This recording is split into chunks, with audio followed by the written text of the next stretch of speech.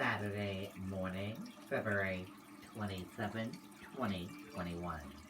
I'm Riley King, and welcome to this Saturday morning edition of the Riley King Newscast, right here on the Riley King Network. We have a lot of news to get to this Saturday morning, but first let's take a look at your COVID-19 numbers in New Hampshire. And here is a check of those COVID-19 numbers for all of you here in New Hampshire. There are 74,893 number of people in New Hampshire have tested positive for COVID-19. There are 1,167 number of deaths from COVID-19 in New Hampshire. And there are 95 current number of hospitalizations for COVID-19 in New Hampshire. And that is a look at your COVID-19 numbers for New Hampshire. New Hampshire prepares for Johnson & Johnson vaccine to join the rollout efforts. People cannot choose which vaccine they want to take. Let's take a listen to that video from WMUR News 9, Gene Mackin.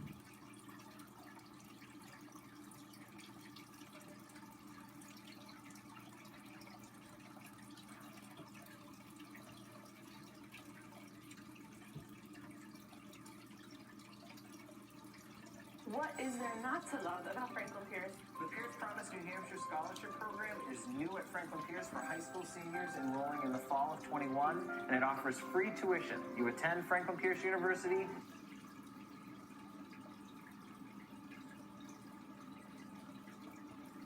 Well, with final approval, shipments of the Johnson & Johnson vaccine will likely start arriving here in New Hampshire next week. The state says at this time, you will not be offered a choice of which vaccine you receive. New Hampshire is preparing for the anticipated arrival of the Johnson & Johnson vaccine next week and the changes that come with it.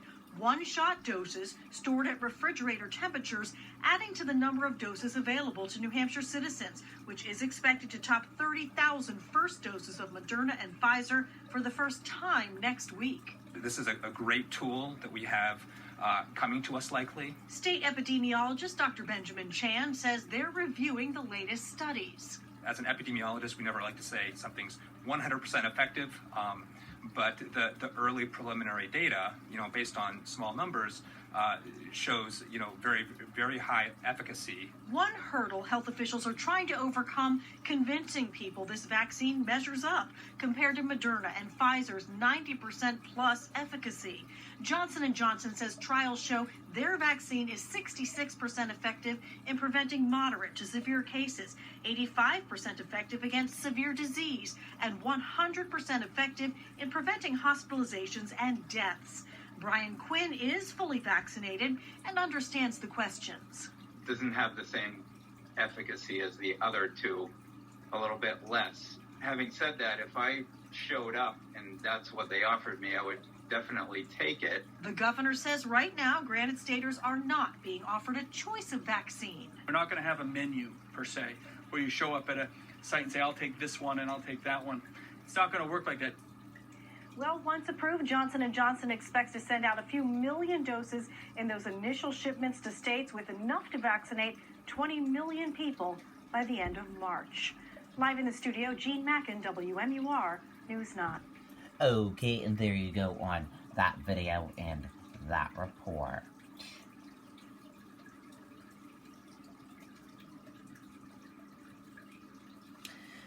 U.S. House expected to approve stimulus bill. The bill would face more challenges if it moves to the Senate. Let's take a listen to that video. Homeowners, this incredible tip is just for you. If you owe less than $331,700 money for schools, vaccine efforts, businesses, and local governments are all part of the bill. And so the price tag is big, but so is the challenge, and so is the public health crisis. And that's why it's important that we act in this manner. I'm very confident in the American Rescue Package. President Biden's got his full weight behind it, and I'm looking forward to him signing it into law and getting the relief that the American people need. The bill faces a greater challenge in the Senate, particularly on the minimum wage. So there are areas where I think we can do better targeting. I have been working with my colleagues on doing that. We will be successful, I hope, in some areas. We may not be successful in all of them. There are aspects of it that Republicans tell me they support, and I hope that after we all finish our work together that at least some of them will vote for it. But at the end of the day, this is about getting critical relief to the American people. Republicans, including New Hampshire's governor, say there's too much money not related to COVID costs. Look, there are a real Okay, and there you go on that video and that report.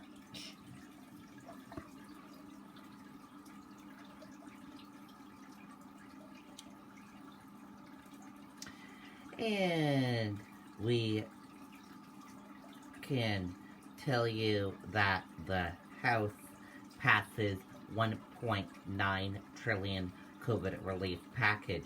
But what comes next? Let's learn about that. The House approved a massive $1.9 trillion coronavirus relief package, advancing President Joe Biden's top agenda item and providing more resources to schools and businesses, boost funding for vaccinations and testing, and grant fiscal relief to Americans across the country. Democrats passed the measure early Saturday morning in party line vote, with Republicans united against the bill, calling for slimmer, more targeted relief. All but 2 Democrats supported the bill in the 219 to 212 vote, and no Republicans backed the package. Rep. Kurt, a Democrat from Oregon, and Jared, a Democrat from Maine, voted against the legislation. The Senate is expected to take up the legislation next week after the chamber's primarily ruled that Democrats could not include a 15-minute minimum wage in the proposal over budgetary concerns. House Democrats kept the provision in their version of legislation, which will take up again before Congress can send it to the White House for Biden's signature by the middle of March, when federal unemployment benefits expire.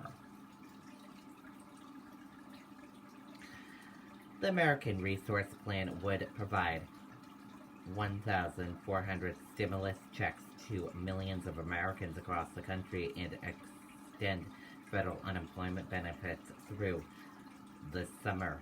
It would also provide hundreds of millions of dollars in aid to state and local governments, schools, and vaccine and COVID-19 testing efforts, in addition to nutritional and child care assistance. While Democrats in the White House have touted public polls showing broader bipartisan support for the measure and endorsement of the state and local GOP leaders, House Republicans are expected to vote against the bill as a bloc. For weeks, they have argued that Democrats' proposal is too expensive and ignores the $4 trillion in coronavirus relief approved by Congress last year, some of which remains unspent.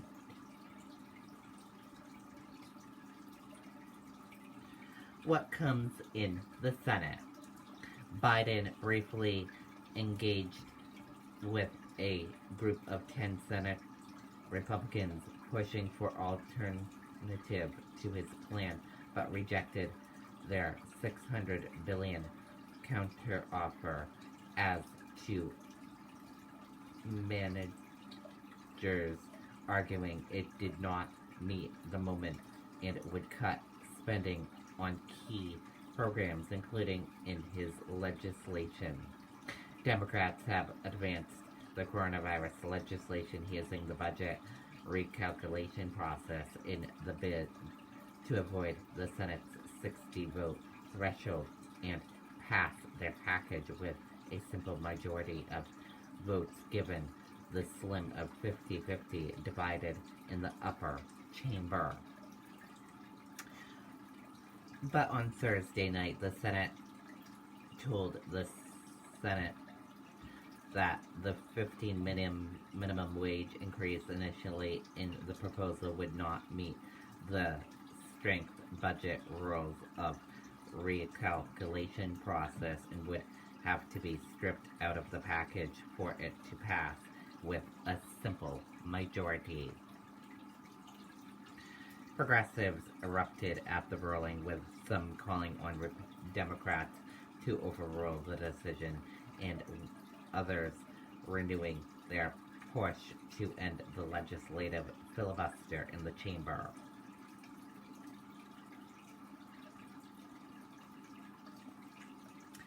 So we'll have to wait and see what happens in the Senate with this bill. And that does it for this morning edition of the Riley King Newscast, right here on the Riley King Network. I hope you all have a great rest of your day, and I'll see you back here later on today for another newscast. Goodbye, everyone.